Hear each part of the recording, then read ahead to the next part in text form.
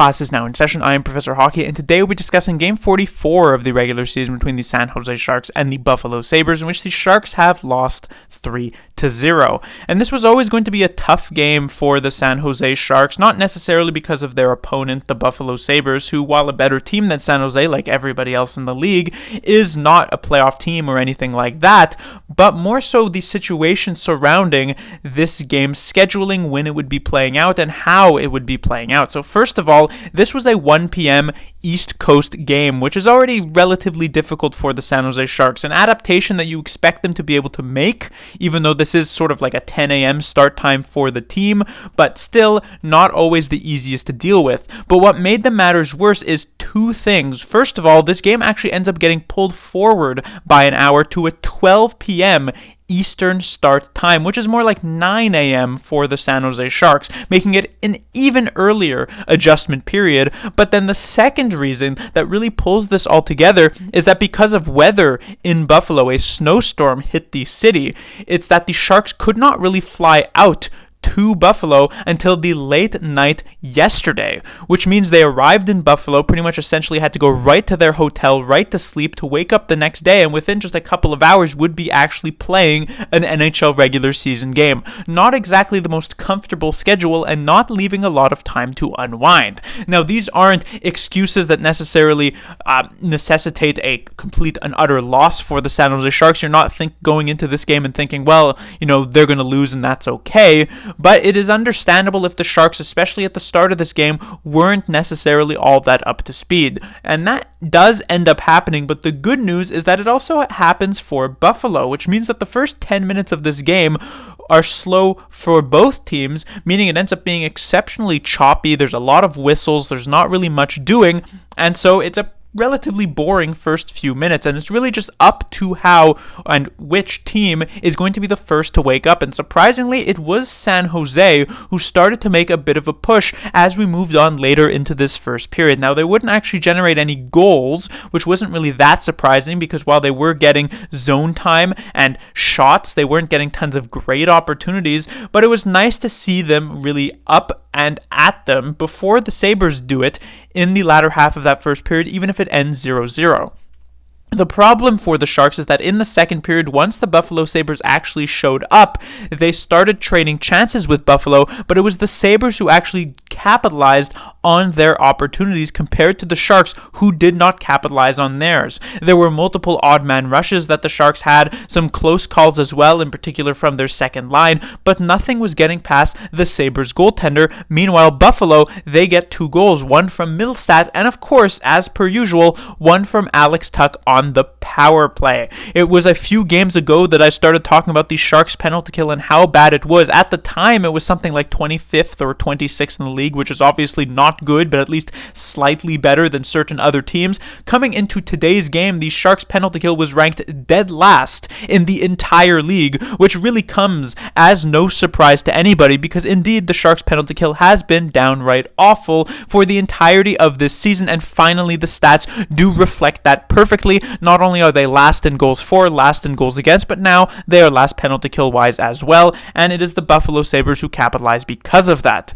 At the end of the second period, it is a 2-0 lead for Buffalo, and you're thinking maybe in the third that the Sharks will get some chances for themselves, maybe manage to get a goal here, tie it up, but that doesn't really happen. The third period kind of continues like how the first did, a sort of trade of chances, the Sharks not generating tons of grade A chances, just like some opportunities on net here or there, and eventually they do end up pulling the goaltender in the last few minutes of this game to try and get a chance, but within just a few seconds of having done so, the Buffalo Sabres capitalize with an empty net goal, and even after that, when you're thinking maybe the Sharks could still put some sort of push on, maybe get like a goal to make this a semi-respectable game, the Sabres put up their best shift of the entire night, or the entire day, I should say, with the last 90 seconds being completely dominant in the Sharks zone. It looked as though the Sharks were already checked out and ready for tomorrow's game against the Chicago Blackhawks, and while the Sabres would not add another goal, it was not really the best way to end this game, and the Sharks would lose it 3-0.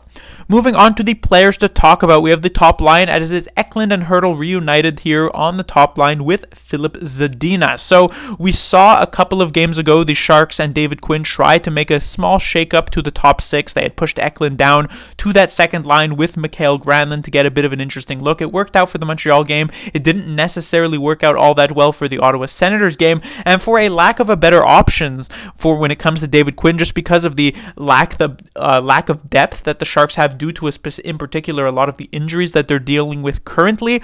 The Sharks kind of have to just revert back to what they were running for a while. So indeed, it is Eklund with Hertl and Zadina.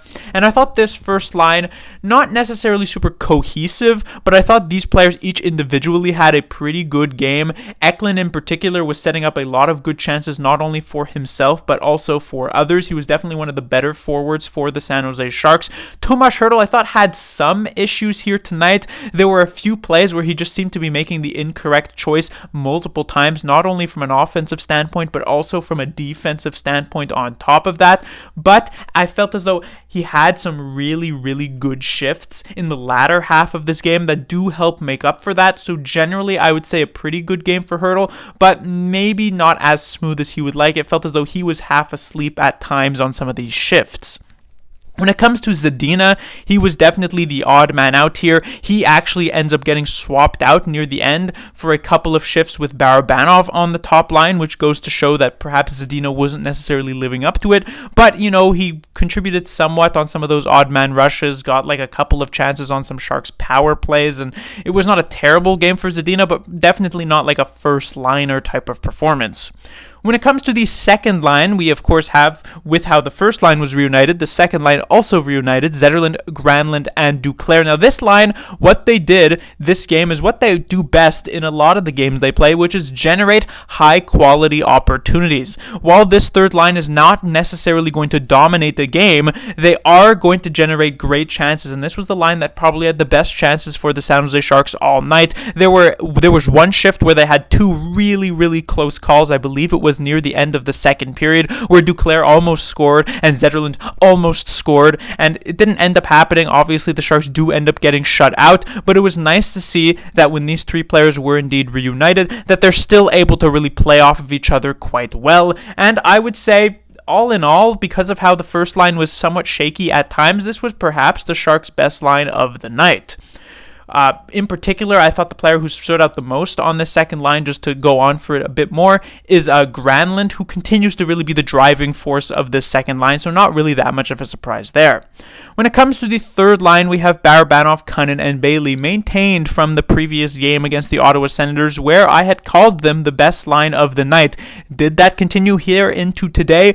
No, that is not really a surprise to anybody, or at least it should not be a surprise to anybody. This clearly was not going to be like the turning point in Luke Cunnin and Justin Bailey's season where suddenly they become really effective bottom six forwards. I think that ship has pretty much sailed at this point. Barabanov, when he was playing shifts on this third line, he wasn't really all that effective, had like a couple of okay shots, but when he started getting those shifts later in the game with the top line, suddenly he became like a really effective forward for the San Jose Sharks, which means, I imagine, going into tomorrow's game against the Chicago Blackhawks, he will likely find himself back on that top line with Eklund and Hertl.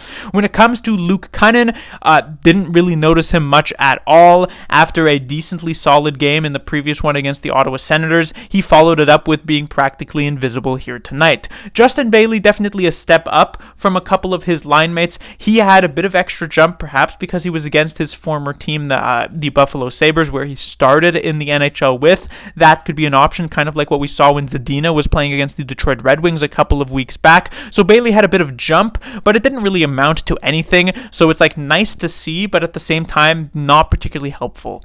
When it comes to the fourth line, we have Carpenter with LeBanc and Sabourin. Now, Sabourin is not making his NHL debut. It's just I haven't talked about him before. This is because his first game with or not his NHL debut, but his Sharks debut, I should say. That's because his first game with the Sharks was a couple of games ago against the Toronto Maple Leafs, the game in which the Sharks lost 7-1. And so since I didn't talk about any players in that game, I didn't end up mentioning Sabourin.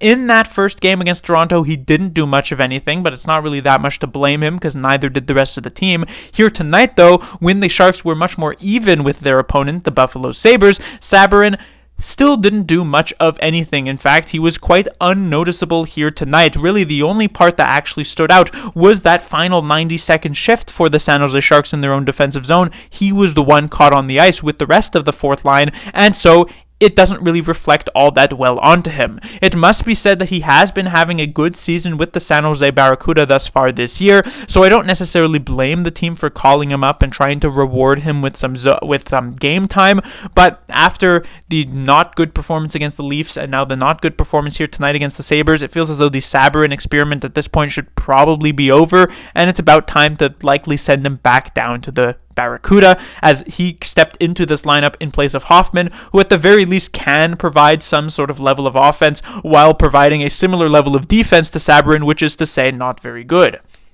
When it comes to the other two players on this fourth line, it's not as though they were being held back by Sabrin. Carpenter continues to do nothing, not much else to say there. And LeBanc, while he was okay on a couple of the Sharks' power plays, as on the second unit, when it came to even strength play, he also didn't do much.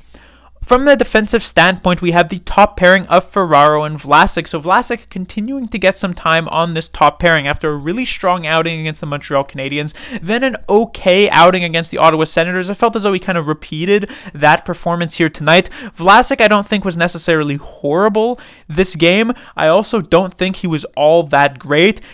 In the end, technically, because of how bad Vlasic has been for much of this season, I would say it's still a good game by Vlasic standards, but maybe not all that great and not at the level that he was at a couple of games ago against the Montreal Canadiens, which is still decent, I guess. When it comes to Mario Ferraro, we see him once again, he's really up there on that offense, trying to get those points. We saw him get 3 assists the other night against the Ottawa Senators. He was definitely trying to do that once more here today against the Sabres, and there were a few aggressive pinches in the offensive zone that didn't work out twice. In fact, he tries to make this aggressive move that ends up leading up to like a 2-on-1 or like a really dangerous 3-on-2 for the Buffalo Sabres. I don't think either of those actually ended up leading to goals against, but it is still something that Ferraro needs to be slightly smarter when being able to make that call. Defensively in his own zone, I thought he did a decent enough job, I guess, but in those exact moments, when you're going to play on the edge, you have to be able to sort of compensate for when you are making those aggressive offensive plays, and it didn't necessarily happen all that well here tonight, or today. When it comes to the second pairing, we have Thrun and Runa. Now, Thrun in particular, there were 2 moments in this game where it didn't look all that great for Thrun. The first of which was his really bad giveaway. I think it came in like halfway through the second period or so, where he gives it straight to a Sabres forward who's able to pass it in front for a fantastic shot from the slot that Kähkönen has to make a big save on. So that was one mistake. The second was Thrun. He was also on the ice for that final 90 seconds. He was one of the big reasons why the Sharks were really struggling to clear the zone in that final shift of the game. It was not a good look for Henry Thrun. However, having said that, outside of that final shift and that one really bad giveaway, I actually thought Thrun had a really strong performance. It's kind of odd to say because in the end it kind of balances out to being like slightly good, but he was making some strong defensive calls. I thought he was probably the Sharks' best player in the entire first period, if I had to say, just making some really smart defensive plays, continues to use his stick exceptionally well. He's winning battles even against really tough players like Tage Thompson in the defensive zone, which was quite nice to see. And so generally, I thought Thrun, outside of those 2 admittedly massive errors, he had a really strong game. When it comes to Jan Rutta, he's quite similar to Henry Thrun in having had a pretty solid defensive game. Doesn't have the high highs of Henry Thrun, but at the same time also doesn't have the low lows that Thrun had in this game. Much more stable, much more solid, and is making for a very strong defensive partner for the young rookie defenseman. When it comes to the third pairing here, we have Hutjuk being joined by Kyle Burroughs. So it is Kalen Addison who gets the healthy scratch here tonight. No surprise, or I guess you could say sort of a surprise, but it's not as though Addison doesn't deserve to be healthy scratched. He was not particularly good against the Ottawa Senators, and he hasn't really been good at all this season. And so Kyle Burroughs steps in, not exactly an amazing option, as Burroughs also hasn't been good this season. Maybe a touch better than Addison, but really not by much. And I thought it was an okay game for these 2 players. They weren't really challenged much, and so they didn't really get expected to do all of much of anything in this game defensively. So they were solid, but kind of more so solid by like subtraction, where it's essentially the Sabres didn't push and pressure all that much, so they didn't actually have to perform at all that high level. But I guess that is a good thing, sort of. But then we move on to the goaltender for the Sharks. That is Kaapo Kähkönen here tonight. He gets the start, and I mean, what else can be said by the fact that the Sharks give him 0 goal support? Yes, technically, he could have had this first middle stat goal. That could have kept the game tied at 0, but the power play one was going to be a very difficult save each and every time. Tuch made it 1-0, and with the Sharks scoring literally 0 goals, they were not going to win this game anyway, even with really good goaltending where there's no one mistake here tonight. So Kähkönen, a good outing. Can't really say much else about it. He only lets in 2 goals since the third one was an empty netter. And so we'll see tomorrow, obviously with a back-to-back. It'll be Blackwood in net. We'll see if he outperforms him. But that will do it for this review. The Sharks will be back in action tomorrow, like I said, and they'll be facing off against the Chicago Blackhawks, which is a matchup between the 2 worst teams in the entire NHL. And Chicago is probably going to be the team, especially with the injuries they have dealt with, in particular to their number 1 player, Connor Bedard, first overall pick from last year's draft. The Sharks and the Blackhawks will likely come down to the wire by the end of the season of which team will end up dead last and getting the best possible lottery odds in the 2024 NHL entry draft. So technically, while this game is still pretty early on in the season, game 45 is not all that late, it's very important that the Sharks could lose this game, interestingly enough to say, so that they can really maintain a strong grip onto that last place. Class dismissed.